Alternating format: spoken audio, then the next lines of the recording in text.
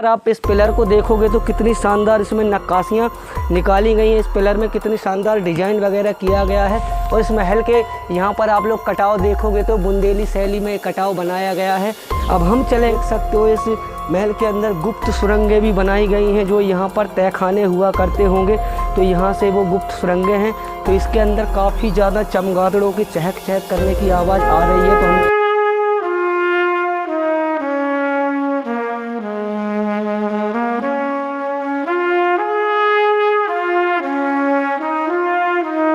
तो नमस्कार दोस्तों, स्वागत है आपका अपने ब्लॉग संजय ब्लॉग में। आशा करता हूँ आप सभी अच्छे होंगे। जैसे कि रामगढ़ का मैंने बोला था कि दूसरा पार्ट लेकर आऊँगा, तो ये रामगढ़ किले का दूसरा पार्ट है। क्योंकि पहला पार्ट काफ़ी बड़ा होने की वजह से मैंने सोचा चलो इसका दूसरा पार्ट बनाता हूँ, क्योंकि ये काफ़ी विशाल और काफ़ी भव्य इमारत है। क्योंकि इस महल को 5 से 6 एकड़ में बनाया गया है। तो जो राजा के मेन कक्ष थे, मैंने उस पार्ट में बोला था कि आप लोगों को जो राजा के मेन कक्ष थे वो दिखाऊंगा। जो महाराजा विक्रमजीत सिंह जो देव के दामाद थे, उनको ये दान में दहेज में दे दिया था, तो वो यहाँ पर ही निवास किया करते थे। और इस महल को आज तक किसी भी राजा ने जीत नहीं पाया है। ये बुंदेलखंड का अजय किला माना जाता है, जो कि आज तक किसी भी राजा ने इस महल को नहीं जीता है। अब हम इन छोटी छोटी सीढ़ियों की मदद से चलेंगे, जो जहाँ पर यहाँ के राजा निवास किया करते थे, उनकी रानियां रहा करती थीं, वो आप लोगों को मैं यहाँ से चल के दिखाता हूँ। तो यहाँ पर आने के बाद जैसे ही हम लोग आते हैं, तो यहाँ पर स्थानीय लोग पूजा पाठ करते हैं, अपनी श्रद्धा रखते हैं। तो हम लोग भी यहाँ पर थोड़ी सी श्रद्धा रख लेते हैं, पूजा कर लेते हैं, पाँव यहाँ पर उनके पैर छू लेते हैं। इसके बाद हम महल के अंदर चलेंगे। तो यहाँ पर जैसे ही हम लोग आते हैं, तो हमें सबसे पहले इस महल का मेन द्वार मिलता है, जो रंग महल होता है, जहाँ पर राजा रहा करते थे, वो महल है। और यहाँ पर आप लोग नक्काशियाँ देख सकते हो, काफ़ी शानदार नक्काशियाँ बुंदेली स्थापत्य शैली में नक्काशियाँ निकाली गई हैं। और ये नक्काशियाँ आप लोगों को बुंदेलखंड के हर एक महल, हर एक किले में देखने को मिल जाएंगे। और इस साइड भी कुछ कक्ष बने हुआ करते होंगे उस समय पर। आज के टाइम पर ये टूट चुके हैं, बिखर चुके हैं।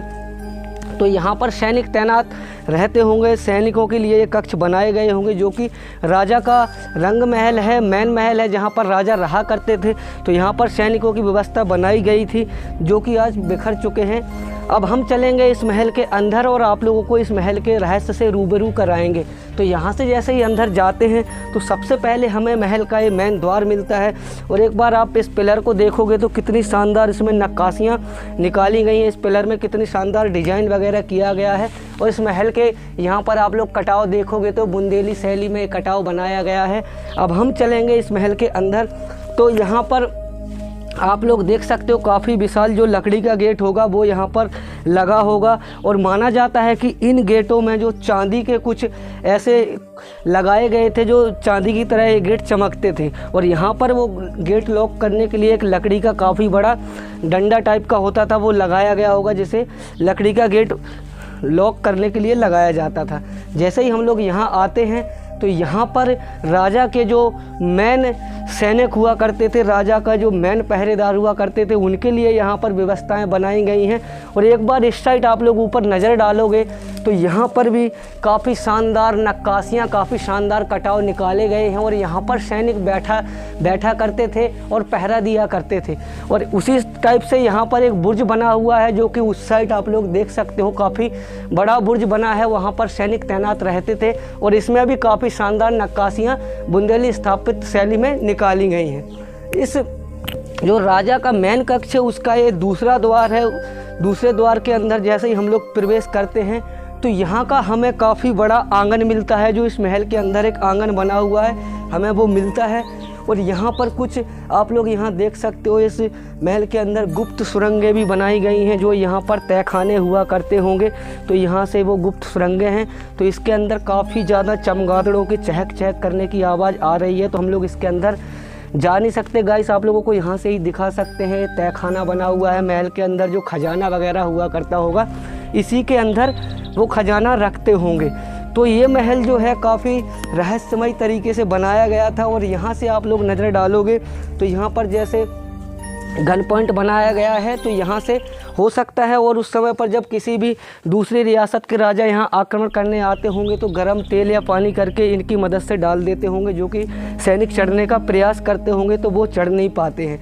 और यहाँ पर कुछ आले बनाए गए हैं और जो मसाल वगैरह हुआ करती थी उनको जलाने के लिए यहाँ पर उनकी व्यवस्थाएं बनाई गई। इसमें मसालों को फंसा दिया करते थे और महलों में उजाला रहता था। और एक छोटा सा ये भी वो उसी टाइप का गन पॉइंट बना है, जो कि आप लोगों को बुंदेलखंड के पूरे भारत के हर एक महल में आप लोगों को ये गन पॉइंट देखने को मिल जाएंगे। और एक एक कक्ष बना हुआ है जहाँ पर राजा के परिवार वाले लोग ही इन कक्षों में रहा करते थे। आप लोग देख सकते हो 2 मंजिल ये इमारत हुआ करती थी, आज के समय में टूट के बिखर चुकी है, इसके साक्षी बचे हैं। अब मैं यहाँ से आप लोगों को इस महल के मेन अंदर जाने के रास्ते दिखा दूँ, क्योंकि ये इसलिए छोटे बनाए जाते थे ताकि यहाँ से कोई भी पहरेदार जैसे पहरा दिया करते थे यहाँ पर। तो अगर अदर किसी राज्य का, किसी रियासत का राजा घुसपैठ या कोई अगर यहाँ पर घुसने का प्रयास करता था तो अपनी गर्दन को झुकाकर इसके अंदर जाते थे, तो जो पहरेदार हुआ करते थे वो गर्दन उनकी काट देते थे। तो यहाँ से आप लोग देख सकते हो जो नक्काशियाँ निकाली गई हैं बुंदेली स्थापत्य शैली में, काफ़ी शानदार नक्काशियाँ निकाली गई हैं। पिलर वगैरह काफ़ी डिजाइनदार इसमें बनाए गए हैं और उस समय पर इनमें कलर वगैरह भी भरे गए होंगे, जो आज के समय में वो नहीं है। अब हम आ चुके हैं जो राजा का कक्ष था मेन, उस कक्ष की ओर। तो आप लोग यहाँ देख सकते हो, यहाँ पर ही राजा के मेन कक्ष बने थे जो आज के समय में टूट के बिखर चुके हैं। इस साइड से वो रास्ते जाते हैं, काफ़ी मोटी मोटी दीवारें हुआ करती थी जो राजा के कक्ष थे उनकी। तो यहाँ आप लोग देख सकते हो अब ऐसा कुछ नहीं बचा है, यहाँ पर पूरा ये महल है जो ध्वस्त हो चुका है। और इस साइड आप लोग नज़र डालोगे तो एक छोटा सा कक्ष बना हुआ है जहाँ पर जो राजा के हथियार वगैरह हुआ करते थे उनको सेफली इसके अंदर रख दिया करते थे। और यहाँ से आप लोग देख सकते हो छोटा सा जीना ऊपर के लिए गया है, तो इसके ऊपर थोड़ा सा चल के मैं आप लोगों को दिखाता हूँ गाइस किस तरीके से यहाँ पर ये जीने गए हैं और क्या इसके ऊपर है। तो गाइस यहाँ से हमें आने के बाद ऐसा कुछ नहीं मिलता है, क्योंकि ये छत के ऊपर जो दूसरा मंजिल था इस छत का, वो इसकी छत हुआ करती होगी जो आज के समय में पूरी तरीके से टूट चुकी है। यहाँ पर छत नहीं है और इसके ऊपर जाने के लिए रास्ते बनाए गए हैं। आप ये आले वगैरह देख रहे हो, इनमें दीपक वगैरह मसाल वगैरह जलाने के लिए व्यवस्थाएं की जाती थी। और उनके ऊपर जो आप लोग खिड़की देख रहे हो हवा के लिए वो खिड़कियाँ बनाई जाती थी और उन पर सैनिक भी तैनात रहा करते थे। तो गाइस इस महल को यहाँ के बगल में ही एक बलदेवगढ़ का महल है, उसी तरीके से डिजाइन किया गया था, जो कि राजा विक्रमजीत सिंह जो देव थे उनके द्वारा बलदेवगढ़ का महल भी बनवाया गया था। उसी के बगल में एक और बड़ी रियासत थी उनकी, जो कि मोहनगढ़ के किले के नाम से जाना जाता था। तो उन्हीं 2 गढ़ों की मांग जो उनके दामाद थे उन्होंने की थी, लेकिन ये रामगढ़ भी एक गढ़ ही था, काफ़ी विशाल महल था, ये गढ़ बनाया गया था। तो उनको ये गढ़ उन्होंने अपनी बेटी के दहेज में दे दिया था और यहाँ पर जो उनके दामाद थे उन्होंने यहाँ पर शासन किया है। तो यहाँ से हम थोड़ा सा इस साइड भी आप लोगों को दिखा दें, एक कक्ष इस साइड भी शायद हो सकता है, ये जो छोटा सा गेट बना है या कक्ष हो सकता है, या फिर यहाँ पर राजा के जो हथियार वगैरह रखने की व्यवस्थाएं बनाई जाती थी या वो हो सकता है। शायद आप लोग देख सकते हो इसमें हथियार वगैरह ही रखे जाते होंगे, क्योंकि इतने छोटे छोटे कक्ष तो हो नहीं सकते, क्योंकि इसमें हथियार वगैरह ही रखे जाते थे। इसके बाद मैं आप लोगों को थोड़ा और दिखाने की कोशिश करूँगा, इस साइड चलूँगा आप लोगों को थोड़ा सा अंदर लेके और इस साइड आप लोगों को दिखा दूं। यहाँ पर भी काफ़ी विशाल कक्ष हुआ करते थे जो कि आज के समय में टूट चुके हैं। अब यहाँ पर सिर्फ साक्षी बचे हैं उनके। यहाँ पर एक काफ़ी विशाल कक्ष होगा जो आप लोग देख सकते हो, कक्ष का मलमा पड़ा हुआ है। आज के समय में यहाँ पर कक्ष है नहीं और यहाँ पर हो सकता है सैनिक तैनात रहते होंगे। छोटा सा बुर्ज बना है और एक बुर्ज इस साइड भी बना हुआ है, तो मैं इस साइड चल के आप लोगों को दिखा दूँगा। छोटे छोटे ये जो आप लोगों को ये गेट दिखाई दे रहे हैं, इन गेटों के यहाँ पर सैनिकों के लिए ऐसी व्यवस्थाएं बनाई जाती थी जब युद्ध स्थिति में यहाँ से गोले वगैरह फेंकने के लिए। ये छोटे छोटे आप लोग इसके नीचे साक्ष्य देख रहे हो, यहाँ से जो सैनिक वगैरह हुआ करते होंगे वो गोलों को अपने आसानी से यहाँ से फेंक देते होंगे। ये छोटे से कक्ष इसी युद्ध के लिए बनाए जाते थे और कुछ यहाँ पर और भी बने हुए हैं, वो भी मैं आप लोगों को दिखा देता हूँ। और यहाँ पर जो महल के अंदर ही सैनिक रहा करते थे उनके लिए युद्ध करने के लिए ये आप लोग देख रहे हो एक सर्कल टाइप का बनाया गया है। यहाँ पर सैनिक ज़्यादा मात्रा में अपनी गन मशीन के साथ, बंदूकों के साथ यहाँ पर पर रह करके फायरिंग वगैरह कर सकते हैं अगर इस साइड से कोई इस महल पर आक्रमण करता है तो, इसलिए इस टाइप के बनाए जाते। तो ऊपर तक आप लोग देख सकते हो जो दीवारें हैं अभी भी साबित हैं, और इस महल की अगर गवर्नमेंट देख करेगी तो ये महल ज़्यादा समय तक चलेगा और काफ़ी शानदार महल बनाया गया है। छोटा सा यहाँ पर भी उसी टाइप का बना है, मैं आप लोगों को वो भी दिखाने की कोशिश करता हूँ और आप लोगों को दिखाता हूँ। तो गाइस यहाँ से आप लोग देख सकते हो एक उसी टाइप का एक यहाँ पर भी बनाया गया है। यहाँ से भी जो गोले वगैरह फेंकने के लिए इसका यूज किया करते होंगे, आप लोग देख सकते हो। जो राजा का मेन महल था, मेन कक्ष थे, उनके बगल में ही ये व्यवस्थाएं बनाई जाती थी, क्योंकि राजा के ऊपर अगर कोई आक्रमण करे तो यहाँ के जो सैनिक थे वो राजा की सुरक्षा कर सकें, राजा को अच्छे से रख सकें। और इसके बाद हम थोड़ा सा इस साइड भी आप लोगों को दिखा दें। यहाँ पर भी एक छोटा सा ऐसे कक्ष टाइप का एक गेट बना हुआ है, जो कि यहाँ से पूरा आप लोगों को क्लियर दिख रहा होगा। काफ़ी बड़ा गन पॉइंट यहाँ पर बना है, जो कि अभी थोड़ा बहुत क्षतिग्रस्त हो चुका है, टूट चुका है, क्योंकि यहाँ से भी सैनिकों को आराम से युद्ध करने में मदद मिलती होगी और यहाँ पर अपने हथियार वगैरह सेव करके रख दिया करते होंगे।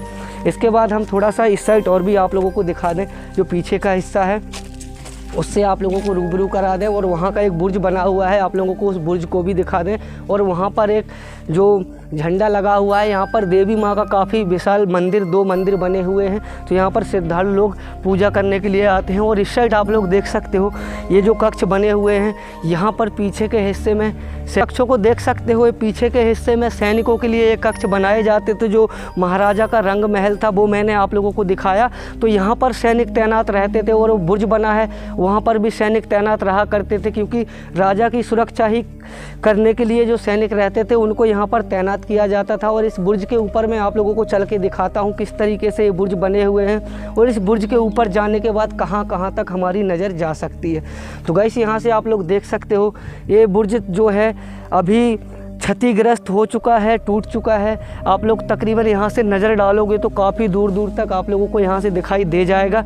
और यहाँ पर पहले काफ़ी शानदार छत हुआ करती होगी, और आज के समय में वो ध्वस्त हो चुकी है और टूट चुकी है। और यहाँ पर आप लोगों को जैसे मैंने बताया देवी माता जी का मंदिर है, तो उनका ही यहाँ पर झंडा लगा हुआ है जो आप लोगों को दिख रहा होगा।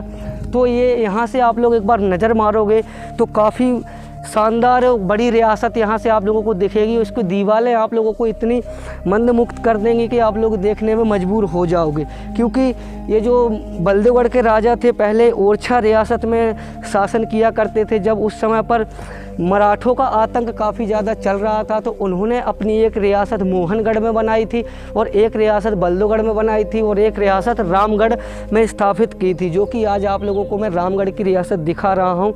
ये जो रामगढ़ की रियासत थी उन्होंने अपने दामाद को दान में दे दी थी, दहेज में अपनी बेटी अपनी पुत्री की शादी में उन्होंने इस रियासत को दान में दे दिया था।